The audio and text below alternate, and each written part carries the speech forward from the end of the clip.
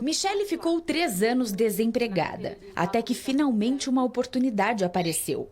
Em janeiro deste ano, foi contratada como auxiliar de logística em uma grande loja de departamentos. Mas o sonho da carteira assinada durou pouco. Foram apenas 3 meses. A pandemia do coronavírus chegou e a jovem acabou demitida. As consequências da Covid-19, aliadas à saída do trabalho, trouxeram mais obstáculos para quem já tinha uma vida difícil. Tá muito difícil desse jeito. O que eu vou fazer? A gente procura emprego e não encontra mais. Michele viu no auxílio emergencial uma chance de sair do sufoco e colocar um pouco de comida na mesa. Ela fez a solicitação do benefício assim que o aplicativo foi lançado, mas esbarrou na burocracia. Assim que lançou o auxílio, eu pedi. Daí demorou um pouco. Já veio a resposta, falando que eu estava trabalhando formal, só que eu não estou. Fiz a segunda tentativa, veio a mesma resposta, falando que eu estou trabalhando. E fiz de novo, e veio a mesma resposta. Foi apenas na 4ª tentativa de contestação que o cadastro de Michele passou para o status de análise. Ela aguarda por uma resposta e a espera é angustiante. Aí, depois que eu fiz tudo isso, entrou em análise de novo. E aí tá até hoje, tem uns 2, 3 meses que continua em análise. E aí a gente fica se perguntando por que tá acontecendo isso, né? Porque muita gente pegou. E nós que precisa? Michele tem 30 anos e é divorciada. Mora com a mãe e a filha. Sofia tem 10 anos e uma saúde frágil. Precisa de remédios diariamente, que não são nada baratos. Mesmo com as adversidades, a criança está sempre em primeiro lugar. Eu crio minha filha sozinha. O pai dela também dá uma ajuda, sim. Ela também tem um problema intestinal. Graças a Deus, minha mãe está me ajudando. É uns 180... Por aí, que são 2 remédios. Fora o que é o de crise mesmo, que são duas bombinas. A prioridade sempre vai ser a minha filha, né? O propósito de ficar em dia com as contas da casa é um desafio. A situação só não é mais preocupante, porque a família não paga aluguel.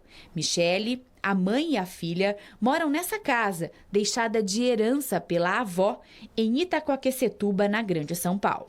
A gente tem contas que estão atrasadas, que não tem como a gente pagar. Por quê? Porque se eu tirar de um dinheiro de uma coisa para comprar para minha filha, eu não posso. Datena, tudo que a Michele tem aqui na despensa, olha só, foi por meio de uma doação do CRAS, o Centro de Referência e Assistência Social.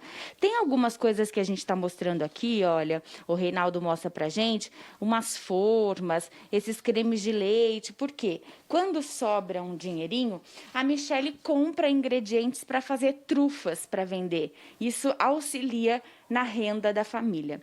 Mas a Michele contou, Datena, que assim que ela conseguir receber o auxílio emergencial, a primeira atitude que ela vai tomar vai ser ir ao supermercado e fazer uma bela compra para durar algum tempo. Porque o que tem aqui não vai durar para uma semana. Primeira coisa que eu vou fazer primeiro é uma compra. E depois vou pagar minhas contas, porque estão tudo atrasada. Em nota, a Dataprev informou que os registros oficiais apontam que a Michele tem mesmo emprego informal.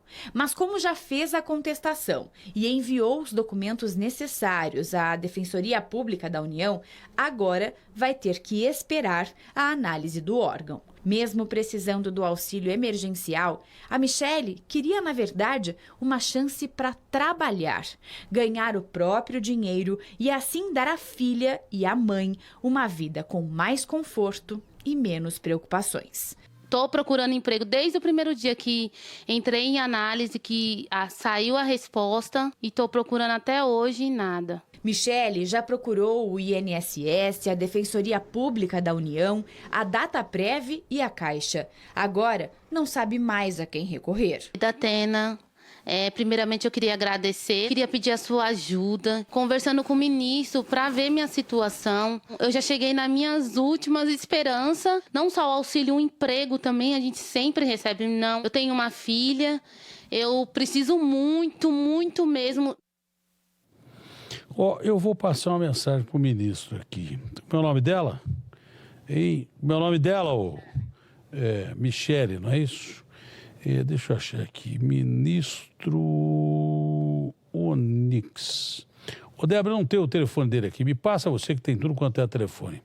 Faz o seguinte, ô Débora. Por que você não me deu o telefone do ministro até hoje, hein, Débora? Foi uma falha lamentável. Passa já para o ministro o nome dela, todos os detalhes. Deixa eu ver aqui se não tem. Não tem. Não tem o telefone do ministro. Não tem. Eu não tenho o telefone do ministro. Então, Débora, passa o caso dela para o ministro. Não é para o assessor do ministro, não é para a secretária do ministro. Passa por... Sabe por quê? Não adianta assim, porque a pessoa tem que esperar. Eu não quero o contato do ministro. Eu quero que você passe o caso da moça direto do telefone do ministro. Você passa, Débora, por favor? Por gentileza. Sabe por quê? Porque, olha, ela tem que aguardar a análise. Como é que ela vai... Põe essa geladeira no ar. Não, põe a geladeira no ar. Põe a geladeira no ar. Como é que... Dá uma tela grande para as pessoas entenderem. A geladeira primeiro é pequena, não tem nada lá dentro. Como é que ela pode aguardar a análise de não sei quem para alimentar os filhos dela? Como que ela pode aguardar? Não pode aguardar coisa nenhuma. Não tem porcaria nenhuma dentro da geladeira. Os caras não têm o que comer. Não dá para guardar, Débora. Ou liga para o ministro e põe no ar ou manda a mensagem para o ministro. A gente mostrou aqui sem teto, não é? Lá do lado do Palácio dos Bandeirantes, brigando com o Dória lá. Isso aí é também claro que tem que reclamar porque não tem moradia, mas já faz parte de campanha eleitoral aí, de quem quer, de quem sempre defendeu o teto e tal, que já tem candidato aí no meio. Isso aí já faz parte de disputa municipal. Claro que nunca teve política habitacional no Brasil. Eu venho falando isso há 10 anos, mas já é campanha eleitoral. Entendeu? Agora, mostra o sem geladeira aí, ou geladeira vazia. Na tela grande, geladeira vazia. Como é que você pode esperar auxílio? Não tem o que comer dentro da geladeira, cara. Você abre a geladeira, você pega uma pneumonia do vento frio que sairá de dentro que não tem nada. Isso é uma verdadeira calamidade, isso é um tapa na cara da sociedade, ó.